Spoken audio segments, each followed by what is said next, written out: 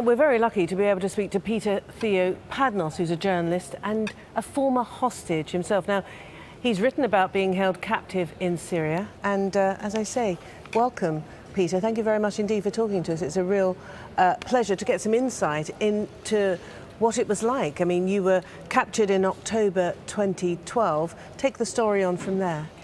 Right. Well, I made the mistake of making friends with three young men in Antakya, Turkey. And they brought me into Syria, and within 24 hours, I was in handcuffs, leg cuffs, and they were beating me. Who were your kidnappers? I think they were young men with nothing much on their minds except a fun time. But they quickly turned me over to Tanzim al-Qaeda, Jubhat al-Nusra. And, you know, then I was in trouble. At first, I might have been able to get out of the difficulty somehow because these people were very inexperienced. I escaped from them. But as soon as I got into the hands of the actual al-Qaeda group, I was in trouble. Okay, you were held in captivity for around 2 years. Tell us about the conditions in which you were kept. At first, they were very angry at me. They felt that I was an advanced guard of the American army, that Syria was about to be invaded by the Marines or the CIA or God knows who. They felt the CIA was already present. And so they thought that you were a spy, effectively, not a journalist. They didn't believe that you were a journalist. They believe that all journalists are essentially in the employ of the CIA, one way or another. Perhaps not all journalists are aware of that they are doing the CIA's bidding, but they do not believe there is such a thing as an independent journalist. So I tried to explain this concept to them. They were not familiar with it. Anyway, yeah, I mean, in the beginning it was very difficult. I was in a room, a very large room that had been a doctor's office before the revolution, but they had turned this entire hospital into a large kind of torture chamber. And so I heard the torture day in, day out. And you said that there were other hostages in this room with you. Who were they? Well, at first I was by myself. For the first 3 months, from between October and January 22nd, I was by myself. And then they put another American named Matt Schreier into a room with me. And then you said that you heard often torture, other people being tortured in another room. That's right. Yes, I mean, they call it an investigation.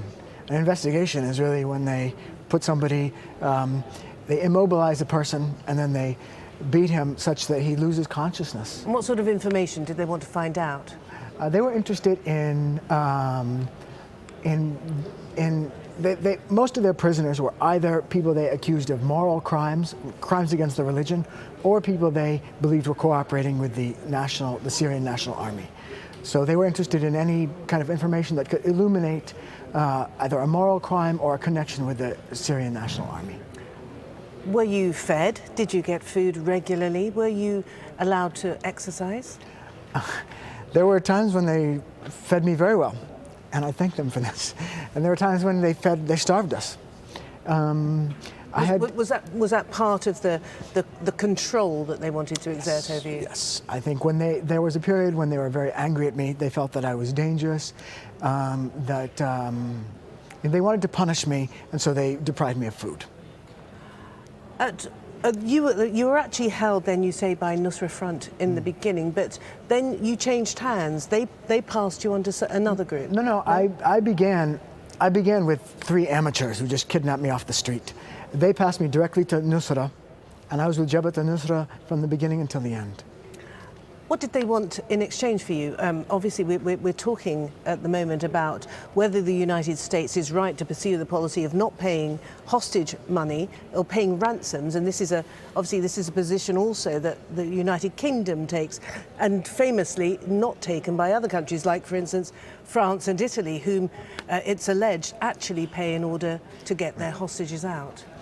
Listen, they told me they did not want to negotiate with my family. And they never did negotiate really in any serious way with my family, except by making extraordinary demands that no family could comply with. They were interested in having a discussion with the United States government. And, you know, I I don't think they ever had enough of a discussion to satisfy them. I mean, the only reason why I'm out is because a third party intervened.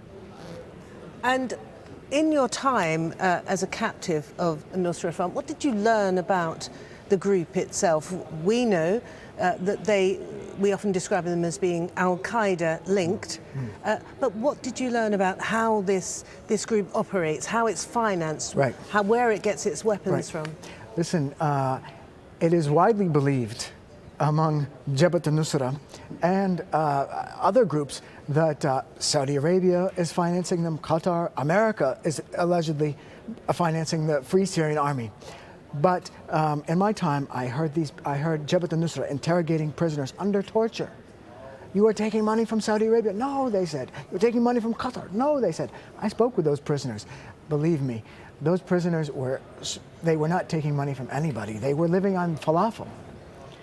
Really, they had very little money. You were held captive then, as I say, for a jolly long time, awful conditions and perhaps in fear of your life and a lot of that time. What has been the lasting impact, would you say? Have you changed? I mean, I am very grateful to the people who worked so hard to free me from prison. And I am also, listen, through this experience, I discovered a lot about what it is like to live in the area of Syria that is now controlled by the rebels. And so I'm grateful for that experience, for everything I learned during those 2 years. Peter Theo Padnos, thank you very much indeed for coming in and talking to us here at Al Jazeera. Thank you for having me.